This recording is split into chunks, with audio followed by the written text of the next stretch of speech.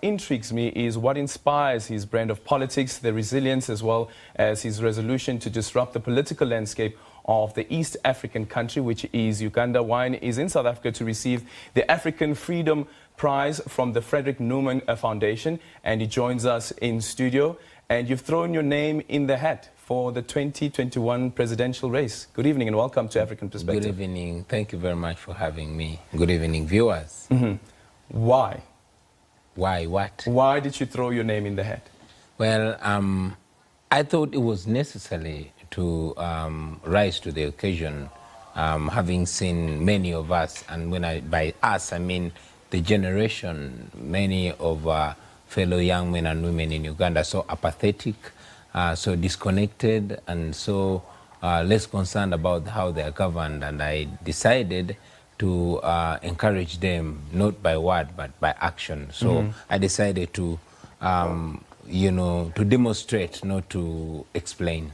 Yeah. Yeah. What inspires your politics? Before we're going to take a step back into understanding who Robert, who became Bobi Wine, is. But currently, we know you as a politician. Yeah. What is it that inspires your politics? First of all, I must say, like I've been saying in the past, that I would rather not be identified as a politician, because that vulgarizes the entire thing. I did not start off as a politician, and I would rather be seen as one of the very many young men and women in Uganda who saw it necessary to rise to the occasion. Now, you ask what inspires me. I look at this as a result. I look at my involvement in our politics as a result of desperation, not inspiration. It was frustration. It was the apathy. It was the failure of seeing those people that we expected to stand in for us, not standing in. So I realized that it was our time to rise to the occasion and remember that we are on our own. Yeah. That's where I come from. Okay, I'm going to take a step back again. So you mentioned that you don't want to be referred to as a politician because it vulgarizes?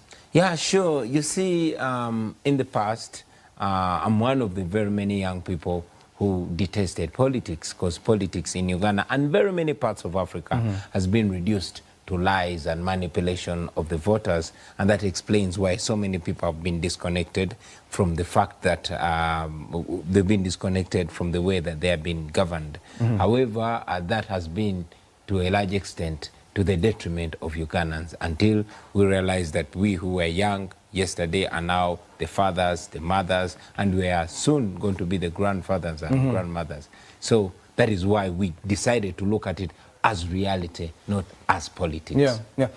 But isn't it that when you enter the space, then you become a politician? Like being a member of parliament then makes you a politician? Yeah, sure. Ordinarily, it is known as being a politician. But like many people have been saying in the past, and I agree with them, that politics is so serious a business to be left to the politicians.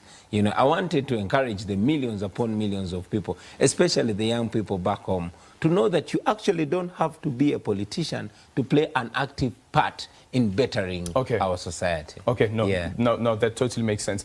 So let's take a few steps back. About 37 years ago, you were born. What are your earliest memories of Uganda?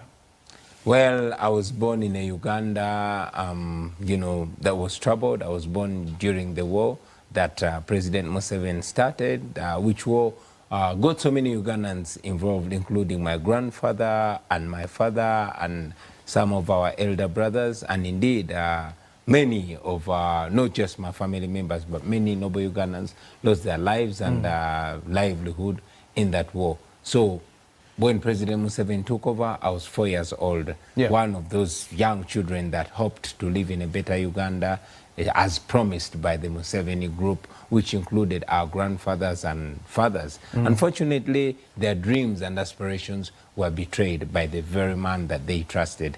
34 years later, the man who claimed that Africa's problem was leaders that overstay in power does not want to hear of anybody mentioning him leaving power. 34 years later, the man who castigated corruption is the chief priest of corruption. 34 years later, a man who detested tribalism and sectarianism is the chief priest of that. So that is a Uganda that we've grown up in. But I would rather not capitalize, I would rather not dwell so much on the failures and the optimistic side and the pessimistic side. I'd rather look at it optimistically and say, okay, the Uganda that I live in right now is a Uganda full of young people, talented young people, very united, very knowledgeable, very resourceful, only waiting for us, coming together and agreeing on the path that we want to take as a generation, then going ahead and taking that path. Was it ever explained to you why you lost family members? This is now as a young boy. Well, it doesn't have to be explained to me as a person. It is widely known by our generation that indeed many of our mothers, fathers, uncles, parents lost their lives in a struggle to make life better for we, the future generation. Right now, we are that generation that they always looked at. We are the grandchildren of that independence generation and the grandparents of the future generation. So it is self-explanatory that a price has been paid. Every now and then when we go to the countrysides, we see mass graves as a result of that civil war that Museveni started. The war that was supposed to be a big sacrifice for us to leap into the future. So that is basically what we see. What was explained to you about Idi Amin? Well, we know that Idi Amin was a dictator. We know that Idi Amin was ruthless. We know that Idi Amin had no respect for human rights. But we also know that Idi Amin had his country at heart. And yes, Idi Amin put so much infrastructure and so much development that we still look at today. However, if I was to draw a comparison between President Museveni and Idi Amin, I would say the major difference between President Museveni and Idi Amin is that President Museveni has been so smart and he has hidden and been able to divert his evils with utmost precision, and we always give it to him. However, in terms of rule of law, in terms of respect for human rights, in terms of brutality, I think President Museveni has outdone Idi Amin. Yeah. What are some of those evils that you speak of from Idi Amin? Well, the evils that we speak of from Idi Amin today is disrespect for human rights. Ugandans were killed during Idi Amin Day. Ugandans continue to be killed during Museveni's regime. Ugandans disappeared with never to be seen again in the Amin regime. Ugandans disappeared today, never to be seen during Idi Amin. Ugandans were, extrajudicially killed during Idi Amin's reign. The same thing is happening today. Idi Amin declared himself life president, and he was president for 8 years. President Museveni did not directly declare himself a president for life. But you would say that his actions do point to that. Exactly. Yeah. And one of those actions being the amendment of the Constitution. Yeah, the amendments of the Constitution. Yeah, because it has been amended every now and then to suit the agenda of the president. Yeah. But what do the politicians then in Uganda say about his governance, about Museveni's governance? Well, I would rather mention what the people of Uganda say, not what the politicians say, because yes, much as the politicians always speak out, but I listen mainly from the common people, the ordinary people. They want better, they want freedom, they want their voices to be heard, they want their votes to count, they want to be humans, to have the full dignity of citizenship of Uganda, which is not the case today. But if that's the case, then why do they keep on voting him back in power? This is his 5th term in power, and seemingly he would be running for the 2021 elections. Well, the voting him, I am not sure about it, as it has been widely believed that President Museveni has been defeated on the vote countless times. But of course, he has always deployed the military to rig the election blatantly. Right now, I am running against President Museveni, but I cannot even be allowed to, attend a radio or TV interview, especially in the rural areas. I cannot be allowed to show up in the public. I cannot be allowed to address a rally. That is how President Museveni runs Uganda, with an iron hand. How do you think things will be different in 2021? Well, I think things are not just going to be different in 2021. Things are already different. We're living in a highly connected young population. We connect through social media. We connect through various means. We call it a rubber dub style. We are young people, very, very different from the older generation that is evidently disconnected from our style of doing things. So we know that we were blocked from the traditional means, but we have our different means of connecting. That explains why our communications are always connecting to our people. Right now I'm in South Africa, speaking on SABC, but you can be sure millions upon millions of people in Uganda are hearing me, and this is how we've been able to communicate to them. But when there are concerns back in 2016 and in 2017, if I'm not mistaken, that there were internet cuts? Yeah, there always been. So that's why I keep on going back to this question.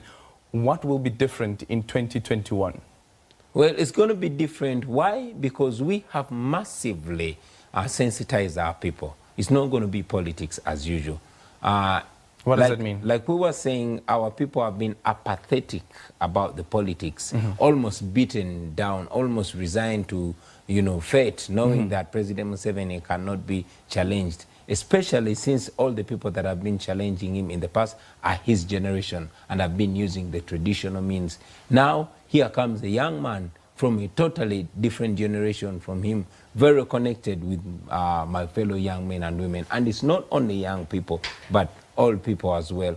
So this time around, it is not for the politicians. It is Museveni versus the people of Uganda. But Bobi, what is tangibly different to this new form of politics that you speak of? The vibrancy of the young people, sure, we can speak about that. But the systems are still there, the institutions are still there, and President Museveni is still in control of those institutions. So what is it about this new form of politics that would disrupt the political landscape? Well, one would be justified to think that President Museveni is in firm control of the system until we give him or her examples of the recent challenges that we've given President Museveni and indeed beaten him at his own game. For example, when I was running in Chadondo East constituency, more than 8 billion shillings of taxpayers' money was deployed against me in that small constituency. We beat President Museveni. The same thing happened constantly in Jinja, in Bujiri, in Rukunjiri, and in Arua. How did we do it? By doing it the ordinary way, sensitizing people, because we believe that there's no magic. Once people come out in massive numbers, vote and protect their vote, it turns things around. Now that we did in these 5 constituencies, we intend to do massively in 450 constituencies all over Uganda, and that is going to be game over for President Museveni. Do you think that what you're speaking about now would also trickle down to the 80% of the population which is below 35 years old, that they find a reflection in themselves when they see, for instance, the visuals that we're looking at now, right behind us? There you have young people coming out in their numbers, seemingly celebrating. Is this what the 80% of the under 35-year-olds in Uganda see? This is now the 80% of the population which is under 35, that they see that this is what we aspire to be. Sure. Like I've always been saying, I am only a reflection of the aspirations of those young people. More than 80% younger than me, more than 80% unemployed, more than 80% they've never seen another president, and yes, more than 80% share the same vision that we share as a generation. So this is a mass exodus from the old into the new, from the impossible to the possible. And that is exactly what gives us the confidence that this is going to be done. Controversial remarks that you once made against the LGBTI community. And there's a question here that we have from Sibonelo, who says, where does he stand when it comes to protecting the rights of the LGBTIQ persons in the country, or should he be president? I think also, or why he should be president. I think that's probably the question. Well, as president, I think one has the responsibility of guarding the rights of all citizens, those that are like you and those that are not like you.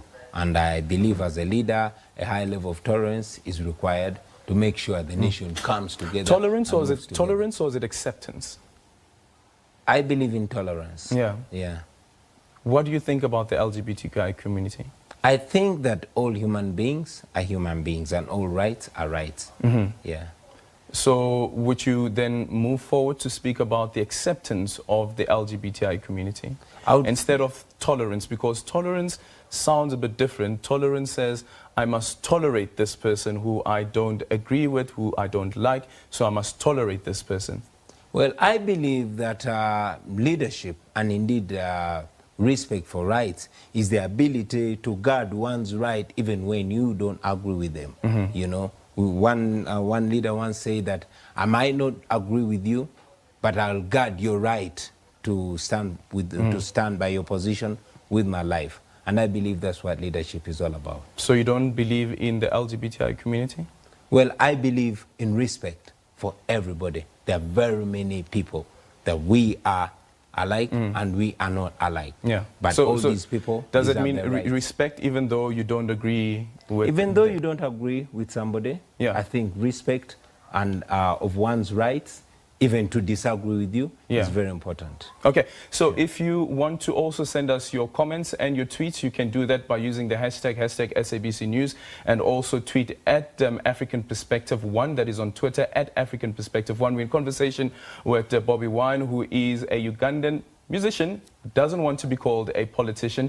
We're having conversation as he is here in the country to receive that Frederick Norman Award that will be taking place later on this week. We're also having a wide-ranging conversation about various aspects that affected the continent. So your tweets at African Perspective 1, and you can use the hashtag SABC News. One of the biggest issues that are facing the continent is unemployment, and your country being one of those countries as well that is affected by the unemployment rate. Give us the unemployment rate as it stands currently, and have you been able to track what has happened over the years? Because when Museveni came in, it was said that there was 0% foreign direct investment, and then at some point it came to $1.2 billion in foreign direct investment. Then what happened?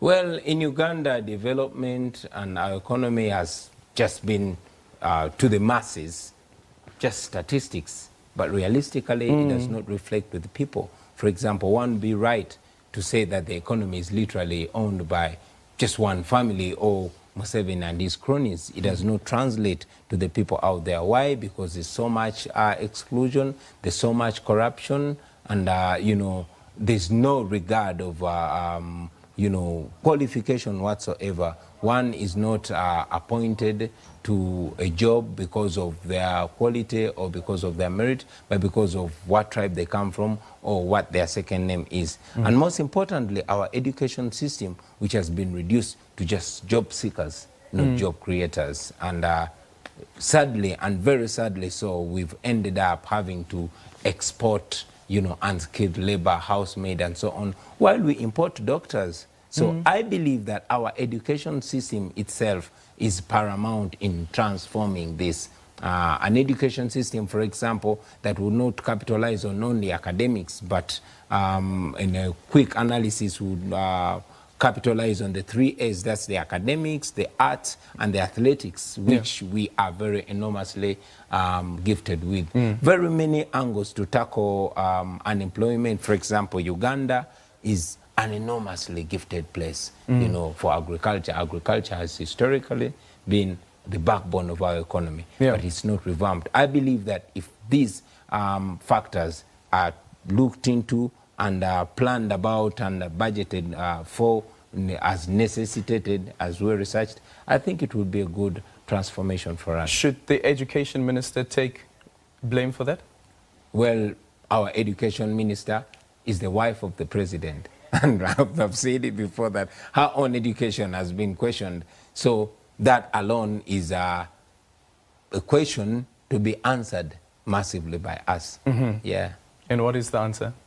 The answer is change. The answer is, you know, replacing this, you know, all-knowing and all-powerful leadership to servant leadership. We have a leadership that is boss, our president, who is the husband of the Minister of Education, was recently on a public gathering and said he's nobody's servant. He's supposed to be our servant. That's the only way he's going to be accountable to us. Do you think it's arrogance? I think it's extreme power. This guy has been in power for over close to 34 years, completely disconnected from reality. He does not feel accountable. He feels like he's a certain god somewhere. So, yeah, it is, for lack of a better word, arrogance. Okay. We're in conversation with Bobi Wine, as we've indicated, and if you want to be part of the conversation, you can tweet us at Aldrin Simpian. Also use the hashtag SABC News, and tweet at tweet at African Perspective One. That's at African Perspective One. And remember that you can also live stream this interview on the SABC News channel on YouTube that is currently streaming live. We continue the conversation just after this ad break and take in a broader perspective of what's currently happening on the continent.